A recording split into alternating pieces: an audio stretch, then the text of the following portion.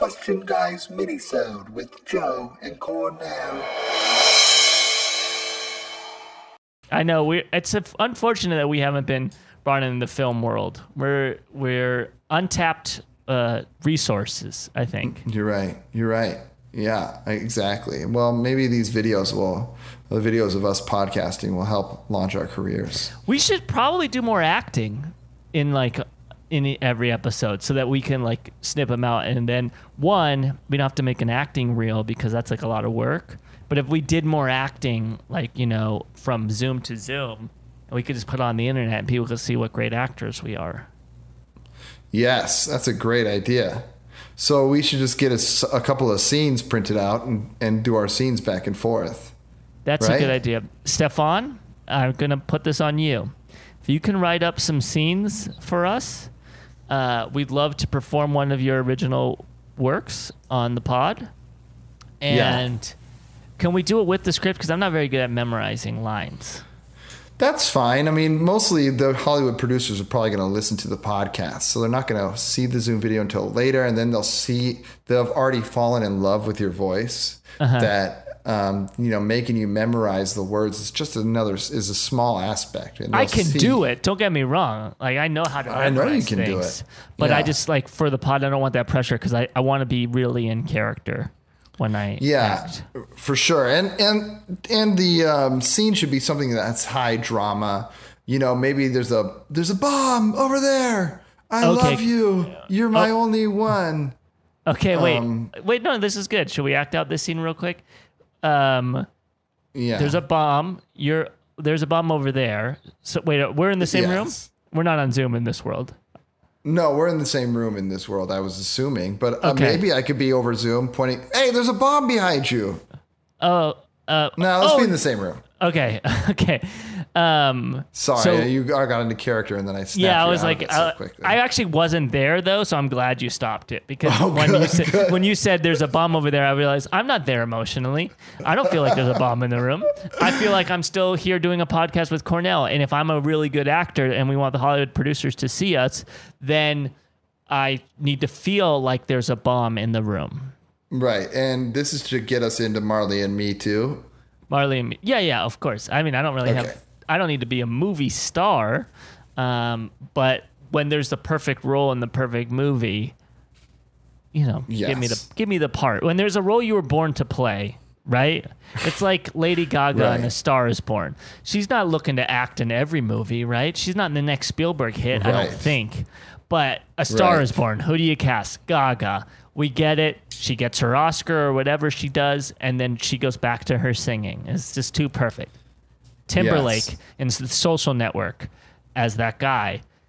Role he was born to play. Get him in. Get him to play that role of the guy who made MySpace. Get him out. Back to singing. Yes. Yeah, right. So this gets you in, film the role, win the Oscar, back to podcasting. Back to podcasting. Yeah, my true calling and my true love and my art. Okay, so what's the scene that we're doing? So there's a bomb over there. Okay, we're in the same room. There's a bomb over there. I haven't seen it yet, or I have seen it. I see it. I don't think if you saw it too, I would be like, "There's a bomb over there." Well, it depends on how much we're trying to communicate to the audience, right? Like if it was an episode of like NCIS, I feel like you got to. We don't have enough time. We have an hour to get the story out. I'm going to have to tell you what's going on. But I think you're right. This is Marley and Me too. I don't know how the bomb factors into that story, but there is one. Just assume. Well, probably Marley. This is the thing. I Me Too'd Marley. Marley's trying to kill me. Oh, yes. That's great. I love this. Yeah. And you're the kooky best friend, obviously. Of course. Yes, I was a postal lady, but I was offended at first, but then I came around. Why can't my kooky best friend be a postal lady? She needs a job. No, yeah, that's fine. I don't mind. Yeah, and this is a dog. Lady. This dog that's trying to blow me up, the love of your life, according to some lines you used earlier, has now violated you, right? This dog humped you. Yes. Yes. And this dog bit my inner thigh. That's why I Me Too'd him, because I said, you can't behave like this. Like this is whatever. And so Anne has done this. So now this dog is pissed.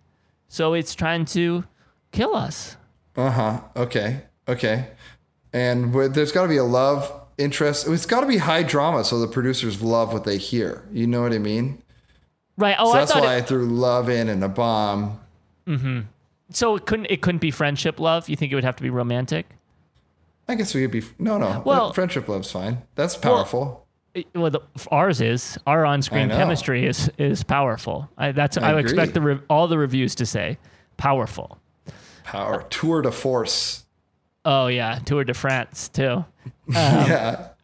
But so we're in the room. I don't see a bomb. You're going to point it out to me. And then we declare our love for each other because we don't know because we think we might die because the bomb's going to go off. Yeah. Okay. Okay. Is that it? Is that all we need? And then what? Do we blow up? I guess we don't need to do the whole resolution. Yeah, let's do a cliffhanger. And the last thing I need to know, so are you walking into the room and what am I doing when I Yeah, I'm walking into the room and you're a person or a dog? Just want to iron out these last few details before we get started. That's an excellent question. And you'd think we'd be on the same page about that this entire time we've been talking about the plot of the movie. But no. It's unclear whether my character is a person or a dog. Just real quick before you get started. No, but that's good. I actually feel really good about this because this means that you are a good actor because you would act differently if I was a dog versus a person, right? Absolutely. That's how serious you take this role. Absolutely. So in my mind, I was a person this entire time. But okay. I'm open to being and playing a dog if you think that fits the story better. Well, I just think the reason we kind of brought that up, it kind of had to do with your hair looking like a dog's. Mm-hmm. But no, I think you should be a human. Maybe you have some dog tendencies. You agree with dogs on where they stand on a lot of things. Because we're late in the film for this moment to occur. Oh, I thought this was early. Okay. So no, there's so much that needs to be ironed out here. Wait, how are you seeing it? Because I had a different idea, but I want to know yours before I suggest mine. I thought it was, we see the dog, right? There's Marley. We see the opening credits, Marley and Me. He's walking down the street. Marley Me too. Marley Me too. He's walking down the street and he's up to no good. His eyes look very ominous. We see Owen Wilson. He goes, "Hey, it's me, Marley's owner.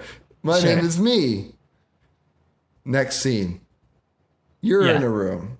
There's a bomb beeping behind you. But I don't see it. But you don't see it. Okay. And do we die? Then my best friend, who is a male lady, comes in. So, yeah, Owen Wilson says, "Hey, it's me, the owner of Marley. You remember me from the first Marley and Me." And then it goes 20 years later, and it cuts to you in a room, and there's a bomb behind you. And it's got to look kind of futuristic, too, because it's 20 years in the future, you know. Maybe the bomb's floating. Got you. Yeah. I like how you were worried about you saying, "Oh, look, there's a bomb," when Owen Wilson's dialogue is, "Hey, it's me, Owen Wilson," from the first one. So I think we are agreeing that in this movie, you can just say to the audience what they need to learn. You don't have to play. You don't have to be coy about it. It's true. It's true. But I also have never seen the first Marley Me, so I don't know what Owen Wilson's character's name was beyond. I know he's Me in the Marley and Me, I assume. Yes. No. Oh, that's a really good point. Yeah, no, I think that's fine. And then just to follow the logic of everything we're discussing, I think it's okay for my character to announce that I'm a human with dog tendencies. Sure. To the audience. Sure. Because I was going to suggest, which I guess still works, but if this was later in the film, just to avoid any sort of further confusion on whether I'm a human or a dog, I was going to say that I'm a human that can hear dogs, like thoughts. Oh, and I can Dr. Dolittle style. Yes, but just dogs. I'm not a full Dolittle. Yeah. Okay, I love that. I think that's great for you. I love that for you. Okay, great. Thank you. And I want to give you some sort of cool power. You're a male lady and my best friend, and you can you can read the mail without opening it. Wow. Awesome. That's pretty cool. Okay. I think that's great. Are we ready to go? Which I think will help with this bomb scene with us figuring out the bomb. Yeah. The last thing I need before we start is what am I doing when you walk into the room that I don't see the bomb? Am I just like at home? I think you're playing Cat's Cradle. Okay. What is that? A knitting thing? What is that? It's a game you play with string on your fingers. Okay. All right, great. Do you want to pick a game that you know? I think I could. I mean, it's acting. How much do you need to know? Good point. Good point. Yeah, I can right. act Cat's Cradle. I don't know a lot about mail, but I'm still a postal woman. Yes. Okay. Ready? Hollywood's not going to love that, by the way, men playing women's roles, but this is how the casting fell. You know what I mean? That's true. That's true. You were going to be my best. You needed a part, and that was the only other role we knew about at the time. So right. I just want to apologize to Hollywood in advance. We're going to work out those details. Sure. Yeah, I think you can get the people to play whatever role you have written. You don't need to cast a white cis male to play. This is again. It wasn't because of that. It was just this was Hollywood's other evil, nepotism. Right. I gave you the part because I wanted to hook my buddy up. You happen to be those things, white cis male. Right. And so be mad at that more than anything, I would argue. But this is, again, in the future once the movie comes out. Because people aren't mad when it's in early on. So in this scenario now, it's not my acting that's winning over a Hollywood producer. Your acting is winning over the Hollywood producer. And then you're getting me in with your nepotism? Well, now we've gotten super meta from our situation. Because this is... I jump forward to the future of when the movie's being made. But you're right. In the immediate, this is for Hollywood to make us movie stars. I think they already have Marley and Me to all cast. There's only 2 roles left, and just no one has really been read the role of female postal worker correctly, and it just hasn't been working right. And then I'm going to nail this scene so hard that they just can't think of anyone else but me for this role. That's fair. That's totally fair. They're banging their head against the wall. They've gone through all of Hollywood. Melissa McCarthy, we brought her in twice. Kristen Wiig 3 times. Right? Kerry Washington. She's on hold or whatever the Hollywood term is. Right? Where they keep you on the thing.